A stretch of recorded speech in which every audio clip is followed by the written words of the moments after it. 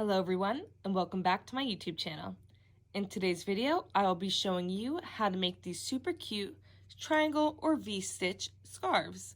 I'm going with a level 1 easy stitch up to a level 2 as well as a level 3 to give you all 3 different variations of the main stitch, which you can see right here.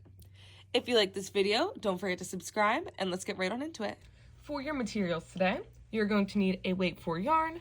You'll probably end up needing anywhere between 250 yards to maybe a good 350. The only other thing you're going to need is a pair of scissors as well as a 5mm hook. So when you're starting off your scarf, no matter how long you want it to be, you need to start with a slip knot. So to do so, I usually use my left hand to hold it like this, so that way this is my non-dominant hand, and I use my dominant hand to twist it around. So I start with this sort of half oval shape underneath these 3 fingers here, and then put my right hand into this pinching motion and insert it in. I twist it around and then grab this underneath part from over top and pull it taut to make my slip knot. Then grabbing my hook, I insert it through the loop here and pull nice and tight on this tail. It should still be loose enough though that you can put it up and down your hook. From there, we move to actually holding the yarn, and everybody's going to do this a little bit differently. I like to hold it underneath of these 3 fingers like this, and then over my index finger. Then using my middle finger and my thumb, I hold the tail so that way I can adjust pulling this way and letting the yarn flow in this way. So what we're going to be doing for length isn't going all the way down the width, we're just going to be focusing on the height. So I'm going to chain 16 because I want mine to be a bit thinner, but you can go upwards of 24 if you want a really thick scarf, or anywhere in between. So to make a chain, if you've never done so before, you're going to hold your hook like this, and then twist your yarn over top. We call that yarning over. You're then going to pull the yarn through the loop on your hook, nice and slow, and that creates one chain. You want to make sure you're not pulling too tight anywhere, you're just kind of letting the yarn flow, but you're not keeping it super loose so it's just moving like this either. That's called tension, it's something you kind of build over time. So that's one chain, and we want to make 16 here.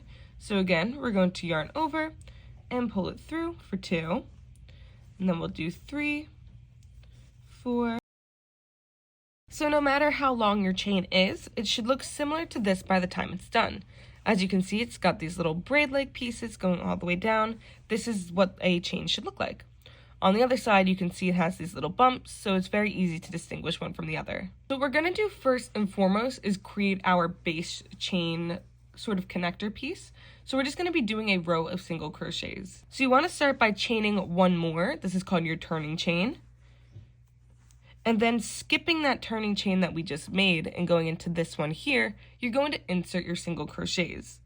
So if you've never done one before, you just take your hook, insert it into the stitch you want, just like this, and you'll have 2 loops on your hook. From here, you'll do your yarn over, and you'll pull it out, but just through the one. So keep it so there's still 2 loops on your hook. Then you'll yarn over again and pull it through both of those loops. And we're going to do that again so you guys can get the hang of it. Take your hook, push it through the stitch you want, so you have 2 here, yarn over and pull through 1 loop, then yarn over again and pull through both loops. And that's how we're going to start building the foundation here. Because I did 16 chains across, I'm going to be doing 16 single crochets. You're just going to match up that number to whatever you did. So keep going. This would be 3 for me.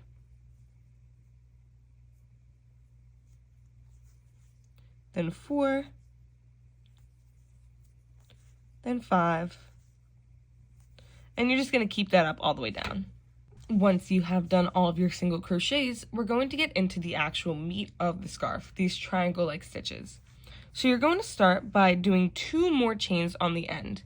These will be both turning chains.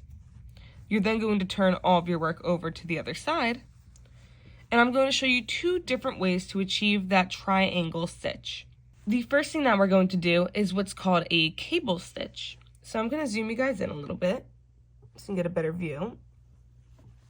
And basically what we're going to be doing is going into these 2 marked stitches.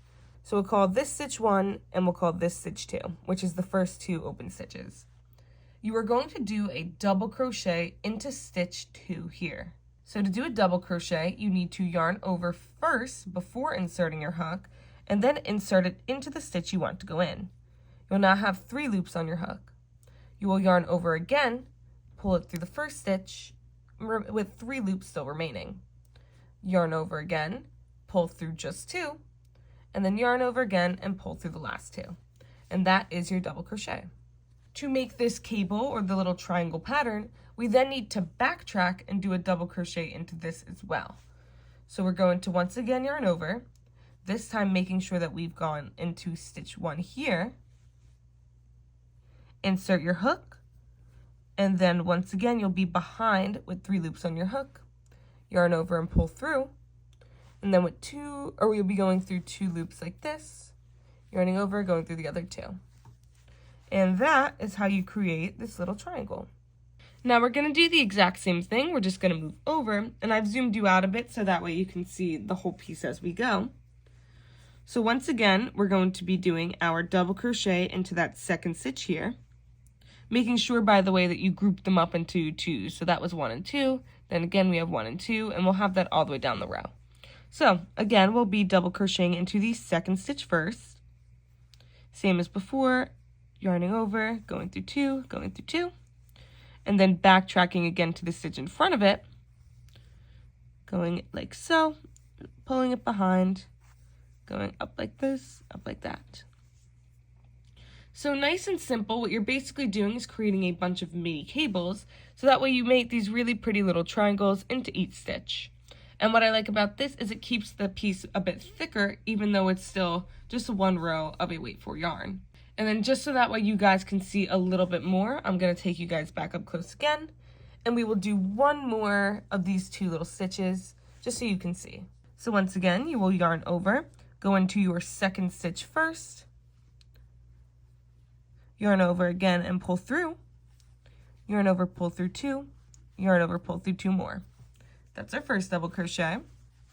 Then for our second one, we will do the same thing, yarn over first, go now into the first stitch here, yarn over again and pull through, yarn over, pull through 2, yarn over, pull through 2 more. And just like that, you guys can really see the triangles starting to form. And like I said, they'll be nice and thick, so they'll keep you warm, and you're going to go all the way down your row.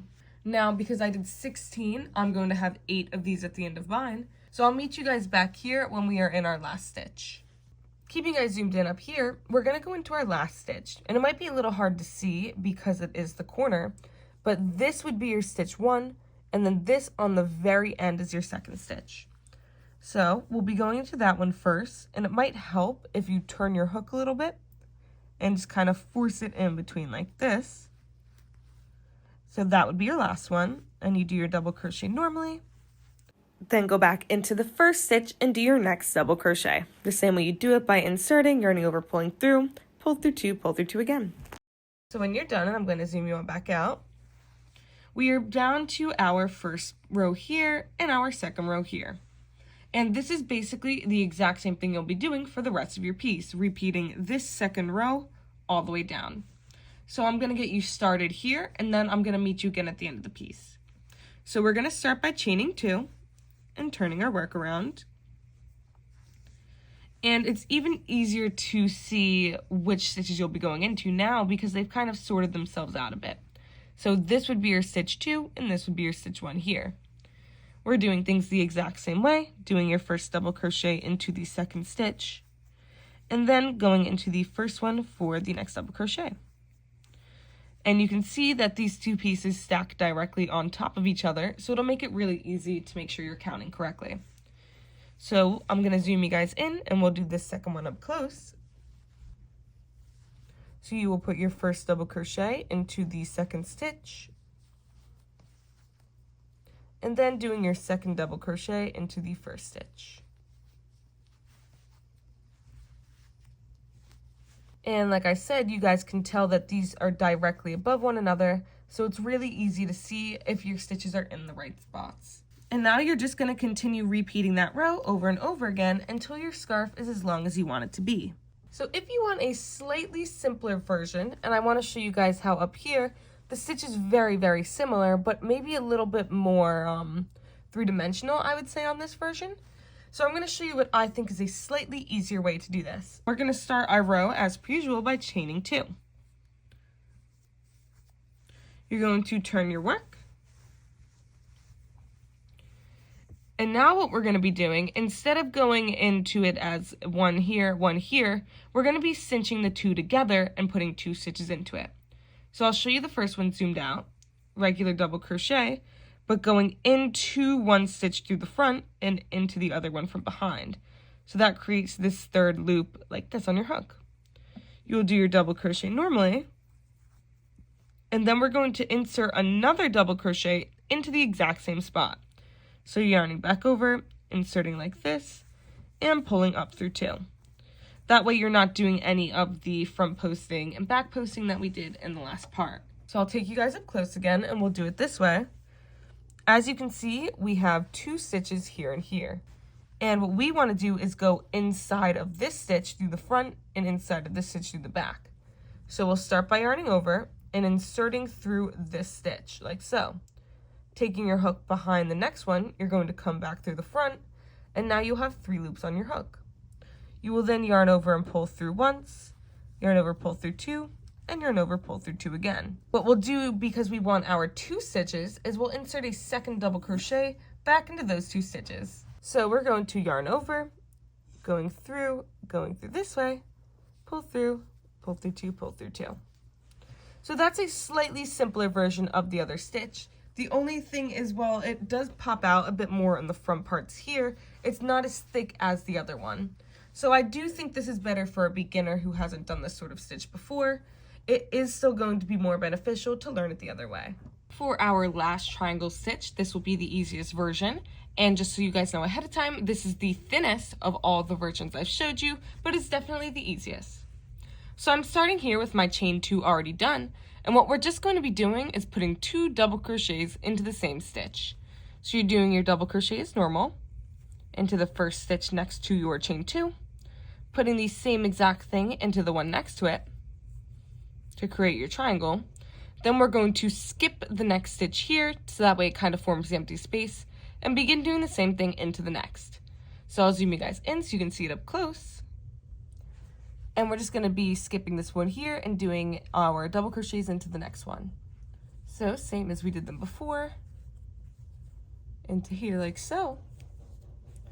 And just like that, you'll begin to have made your triangles. And just like the other ones, remember these will be directly above each other, so you will not lose track of how many you've made. And what you're just going to do is continue making these all the way down your row until you've reached the other side. Going back to our main scarf, I want to end the video just by showing you how to close it off. So you're going to start in this corner up here and do your chain 1, just so that way we can repeat the first row that we made. So turn your work when we're done, and I'll zoom you guys back out. And you're now just going to simply do 1 single crochet all the way across the top row. And you guys should remember how to do that. Insert your hook in, yarn over and pull through, and then yarn over, pull through 2. And you're just going to make sure you're doing 1 in every single one of your stitches, same as before. So again, I would have 16, you would have whatever you did, and you're just going to continue all the way down until you're at the other end so we can cut off our yarn. So to finish off your piece, you're just going to chain once like this, then take your scissors to make your tail much shorter. You are then going to pull up on your hook so that the yarn comes out like so, and that will create a knot. Pull nice and taut on your knot here, and then we're just going to weave in the end by using your hook to pull it in and out of the top row. So I'm not doing anything fancy here, I'm quite literally just weaving it back and forth. You can use a darn needle if you prefer, but I just like to take my hook and move the stitch in and out. Thank you all so much for watching today's video. If this helped you, please like, share, and subscribe. Leave me a comment with any questions that you have or anything you want to see in the future, and be sure to check out all my socials up here in the left corner. You can meet me every Sunday at 1 p.m. here for new videos, and I will see you next week. Bye-bye!